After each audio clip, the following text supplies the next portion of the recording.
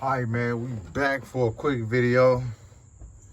Finna make this real quick. So I kept having a leak right here at this bolt. Like I said, the first time it was over here, the next time it was over here, right? So I took the intake off again, as y'all can see, and I realized I had a small leak back here, small leak back here. That's when I went to doing more research on these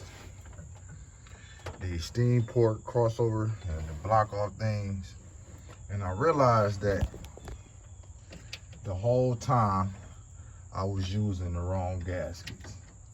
These were the type of gaskets I was using,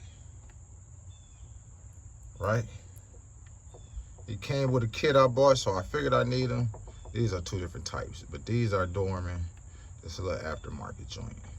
But I kept, I put these gaskets on figuring these the ones that I need. And that was the reason I kept having these leaks. That was the reason. It wasn't holding no pressure because it was the wrong gasket. That little old gasket, man, caused so many problems. So when using these crossovers, you gotta use the gasket it called for. This little thing right here.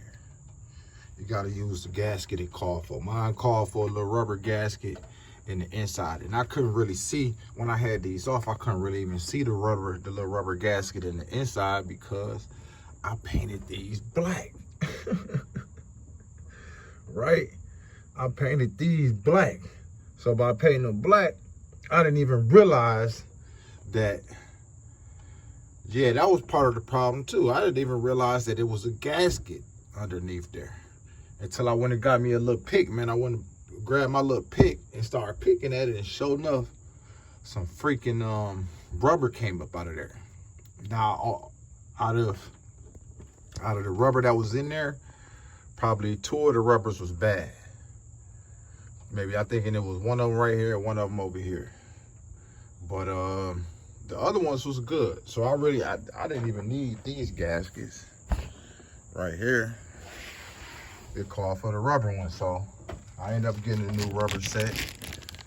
Felpro, it came with some new Felpro gaskets and like these, and it came with the rubber one. So I just put the rubber ones in there.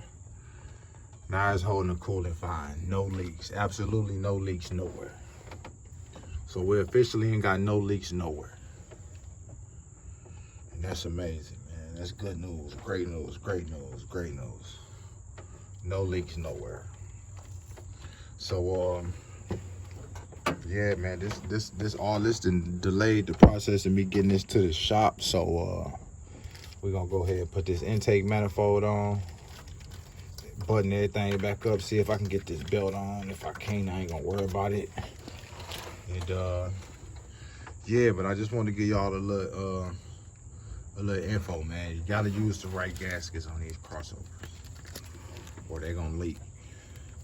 And it wasn't until I put an LED light right here, and it was at nighttime, that I realized that it was even the crossover that was leaking. I thought it was the bolt the whole time, until I put the light right there and seen it. But y'all see what's going on. No more leaks. No more leaks. Put new rubber gaskets in all of them. No more leaks. Just want to make a quick video what the leak issue that was going on, the coolant leak. And yeah, so the last time that the mechanic came over and torqued these bolts to spec, he actually did everything right. The leak that was right here had nothing to do with him or nothing he did. So yeah, man. But as far as the 70 degrees and stuff, yeah, I did have to hit it to 70 degrees. We had only did 50 degrees, so that part was on me too. So yeah, man. But here we is, man. Like, share, subscribe, and we out.